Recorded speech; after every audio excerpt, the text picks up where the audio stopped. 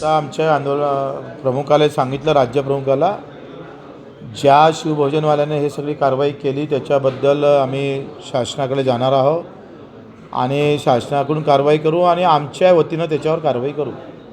आणि बुलढाणामध्ये देखील बसमध्ये घेतलं दोघांचे माझ्याकडे माहिती आली आहे.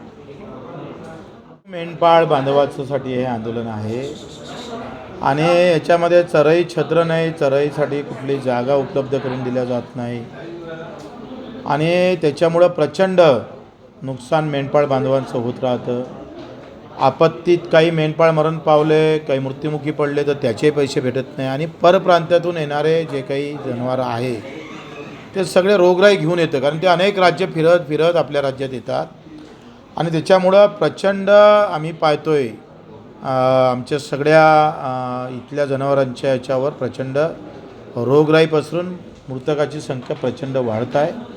म्हणून मेंढपाळ बांधवासाठी त्यांच्या मागणीनुसार मी हे आंदोलन 7 तारखेला वाडा आंदोलन करणार आहोत. सन्माननीय महादेवरावजी जानकरसुद्धा या आंदोलनात येण्याची शक्यता आहे आणि त्यांनी आग्रह केला की आपल्या नेतृत्वात हे आंदोलन व्हावं, त्याच्यासाठी हे आंदोलन करतो आहे. शेतकरी मुख्यमंत्र्यांनी कर्जमाफी योजना जी आहे ती जाहीर केलेली आहे, मात्र त्यावर तुम्ही काही आक्षेप घेतला आहे.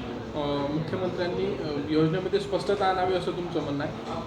काय झालं आहे, जानेवारी, फेब्रुवारी, मार्च हे वसुलीचे दिवस आहे आणि प्रत्येक बँकवाल्याला, आता आम्ही जिल्हा मध्यवर्ती बँकेचा अध्यक्ष असल्यामुळं आता जेव्हा वसुलीला आमचे अधिकारी जातं तेव्हा शेतकरी म्हणतं का कर्जमाफी झाली आहे, कर्जमाफी होणार आहे, आता आम्ही कसं भरणार.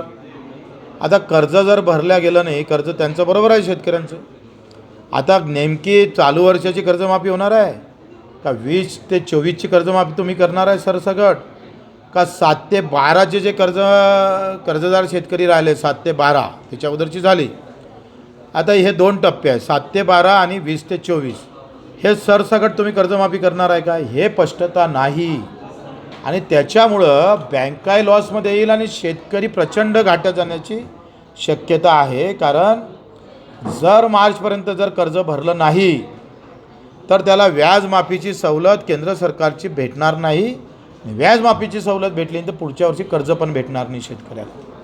त्याच्यामुळं या संदर्भात मुख्यमंत्र्यांनी तातडीनं वाच्यता करावी, सांगावं नेमकं कोणती कर्जमाफी तुम्ही करणार आहे आणि ते जर त्यांनी सांगितलं तर 7 तारीख या मेंढपाळांच्या आंदोलनात तोसुद्धा मुद्दा घेऊन आम्ही तिच्यावर आक्रमकपणे आंदोलन करू.